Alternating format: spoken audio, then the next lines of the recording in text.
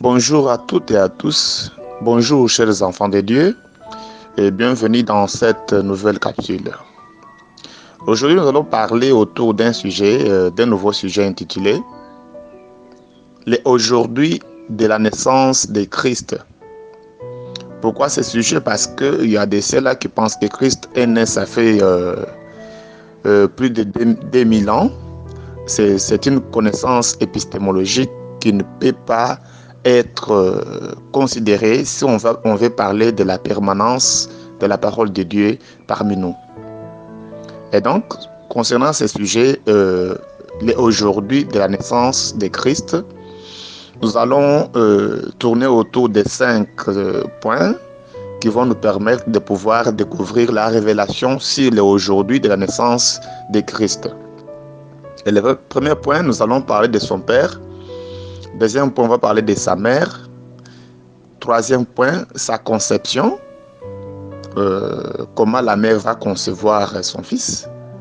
Quatrième point, sa naissance. Et le cinquième point, c'est l'appel des 12 apôtres. Comme ce sont des sujets que nous tirons au jugé dans la Bible, la grande profondeur reste dans les échanges ou encore dans des questions que vous pouvez nous poser.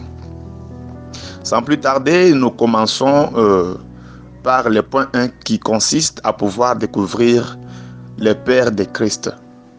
Et je pense que ce point ne va pas nous amener à creuser en profondeur parce que nous connaissons que Christ est le Fils de Dieu. Maintenant, la question permanente ou la question importante est de savoir le Père de Christ qui est Dieu. Qui est Dieu? Parce qu'il y a de ceux-là qui font un recours mental dans leur imaginaire en pensant à un monsieur barbu portant une robe blanche assis sur un trône imaginaire, comme nous avons vécu ça dans des livres de témoins de Jéhovah et d'autres doctrines. Mais ici, nous parlons de la parole permanente et la parole de l'univers, la parole universelle, la parole qui n'est pas à confondre avec la voix, les sons, mais la parole qui est une puissance et une sagesse. Et cette sagesse doit donner naissance à un fils par le biais d'un accouplement avec une femme, une mère. Alors, je pense que ceux-là qui sont animés du désir de l'élévation spirituelle peuvent déjà comprendre que cette parole doit être révélée pour que nous accédions à la connaissance exacte sur la parole qui est le Père de Jésus-Christ. Partant de sa mère, concernant sa mère, je pense que c'est le deuxième point. Là, je vais évoquer Isaïe chapitre 55, verset 4 qui dit « Ton créateur est ton époux ». Donc, il y a le créateur de toutes choses qui est Dieu, mais chaque créature, ou encore, comme nous sommes ces créatures, chaque créature est épouse du créateur. Là, si on voit déjà qu'il y a le créateur qui est l'époux, et sa créature qui est l'épouse. Donc c'est dans la créature où il y a la matrice qui doit concevoir la sémence de l'époux pour que nous puissions maintenant penser à une éventuelle naissance. Donc découvrir les secrets qui consistent à pouvoir comprendre comment le créateur peut faire concevoir la matrice de la créature, c'est déjà un pas vers la grandeur, vers la vraie chrétienté. Et si on ne sait pas comprendre comment le Créateur peut faire concevoir la matrice de la créature, là on n'a pas encore comprendre comment la mère ou l'épouse et le père ou l'époux peuvent se rencontrer. Là ça évoque la question du lit conjugal qui est cité dans la Bible, parce que la Bible nous parle du lit conjugal qui doit être exempté de toute souillure. Mais ce lit conjugal ne peut être conjugal que s'il y a les conjoints. Donc, s'il y a les deux conjoints, l'époux qui est les créateurs plutôt, et l'épouse qui est la créature que nous sommes. Alors, dans cette rencontre, sur le lit conjugal, qui doit être exempté de toute souillure, qui doit être épargné pour que l'autre époux ne puisse pas y entrer, y intégrer et rencontrer la matrice du créature. Là déjà, je pense que c'est là où on parle de l'ego, c'est les réma. C'est là où même on entre dans la profondeur pour créer un état d'âme et influencer l'homme à comprendre la relation amoureuse entre lui, qui est la créature, et son créateur, qui est son époux. Dans cette dimension-là, on peut penser que on doit gérer, on doit protéger les lits conjugaux, les lieux de rencontre, qui n'est pas un lit de physique, qui est un lit qui réside dans la dimension de la révélation. Dans cette dimension-là, on verra maintenant comment on peut épargner les lits pour que l'autre homme, l'homme du péché, ne puisse pas y intégrer, ne puisse pas y parvenir à y entrer pour nous faire concevoir le mensonge, parce qu'il est le père des mensonges. Alors quand l'homme ne sait pas comment il peut risquer concevoir les mensonges linguistiques, les mensonges sociaux et les mensonges physiques, là, il ne saura pas encore comment protéger les lits conjugaux pour qu'il soit épargné et qu'il soit gardé pour notre époux, afin qu'il puisse concevoir la matrice de la créature et qu'on puisse penser à la naissance du Fils. Et dans cette sphère supérieure, on doit maintenant penser à l'amour de Dieu pour son épouse, afin qu'on puisse penser à la naissance de Christ dans le aujourd'hui. Pas un Christ historique dans un recours mental en Asie, au Moyen-Orient, à Nazareth, comme si la Bible était un document de l'histoire. Or, la Bible, c'est une parole de Dieu permanente. Et Jésus-Christ est le même hier, aujourd'hui et éternellement.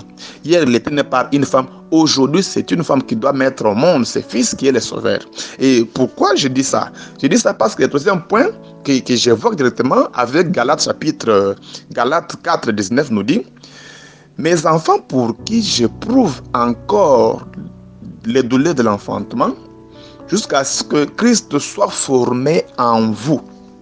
Donc la formation de Christ s'est faite après avoir été conçu. Il y a une formation et une croissance intérieure de Christ avant sa naissance. Et cette croissance intérieure doit être protégée que par son père et sa mère, qui doivent savoir comment protéger la croissance de leur fils, qui doit être formé dans la matrice de la mère.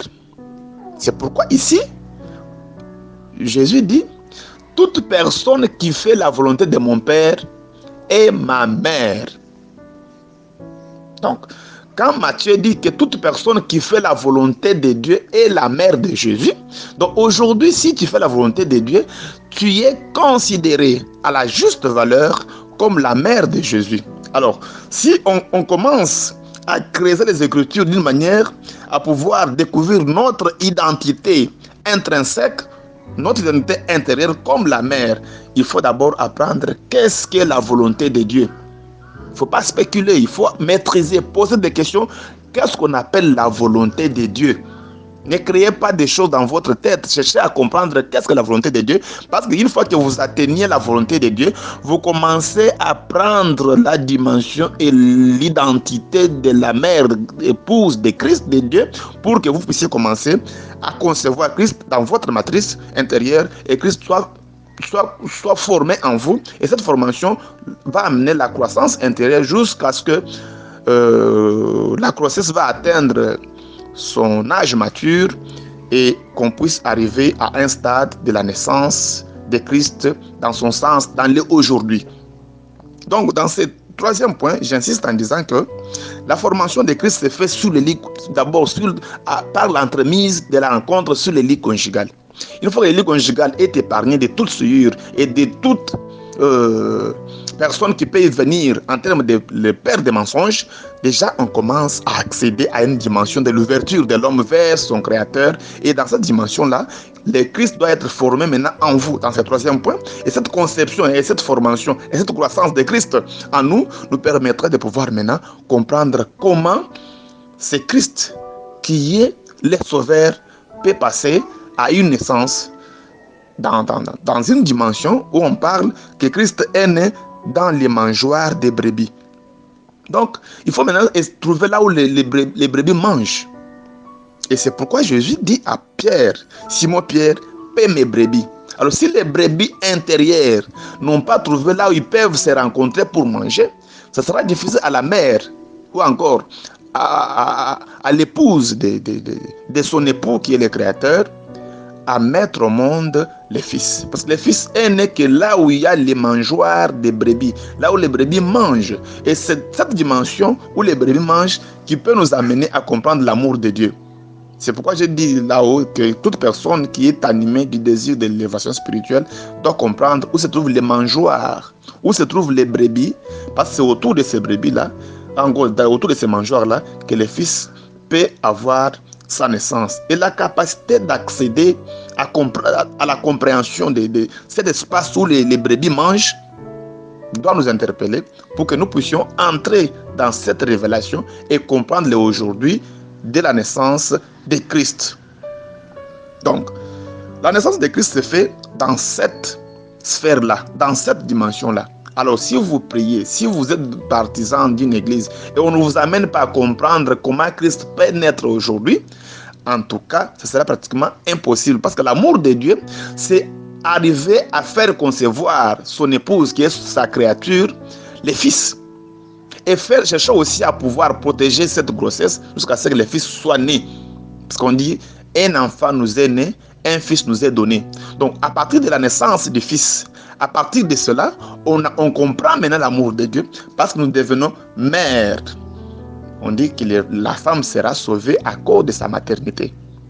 Donc, si vous ne faites pas la maternité d'une manière respectueuse et d'une manière ordonnée et coordonnée et dirigée par votre époux, l'enfant que vous allez naître, c'est les fils du père du péché, le père des mensonges. Vous allez mettre au monde un mensonge et les mensonges ne sauvent jamais. Et vous allez mettre au monde un mensonge qui va croître et vous amenez les gens dans une relation avec la matière, avec le matérialisme. Vous n'arrivez pas à verticaliser l'homme, où l'âme de l'homme ne sera pas se connecter se déconnecter ou se brancher à l'époux pour qu'il y ait ce mariage jusqu'à la fin de notre pèlerinage terrestre. Donc, cet thème doit nous interpeller pour que nous puissions arriver à comprendre l'importance. Et c'est pourquoi le cinquième point sur la conclusion, ou encore le dernier point de notre exposé, porte essentiellement sur l'appel des 12. Et l'appel des 12 me pousse à évoquer dès Corinthiens chapitre 16, verset 17 qui dit « Dès maintenant, nous ne connaissons personne selon la chair. Et si nous avons connu Christ selon la chair, maintenant nous ne le connaissons plus de cette manière. Si quelqu'un est en Christ, il est devenu une nouvelle créature. Et donc, comme la nouvelle créature, c'est l'épouse, l'enfant qui doit être aussi enfanté, doit être aussi une nouvelle créature, qui est le Christ. Et ce Christ va aussi commencer à faire appel aux 12. Je vais évoquer peut-être Pierre. Mais qui est Pierre en Christ, qui est une nouvelle créature? Donc si vous n'arrivez pas à comprendre les pierres qui doivent paître les brebis, parce que pour les découvrir, il faut aller en Christ. Pour les rêver, il faut aller en Christ. Parce que si quelqu'un est en Christ, si Pierre est en Christ, ce n'est pas les pierres que vous voyez dans des films de Jésus, ce n'est pas les pierres que vous voyez dans des livres de témoins de Jéhovah, dans les catéchèses, mais c'est les pierres qui est en Christ et qui est Christ. Alors, dans cette dimension-là, je pense que notre thème d'aujourd'hui peut trouver sa juste valeur, peut vous interpeller à accéder au grand amour de Dieu pour comprendre comment l'univers fonctionne, comment la création a été instaurée par Dieu, et ça nous amènera vers la paix, vers la grandeur et vers la vraie chrétienté dont j'insiste toujours pour que nous puissions sentir la naissance de Christ dans son sens permanent.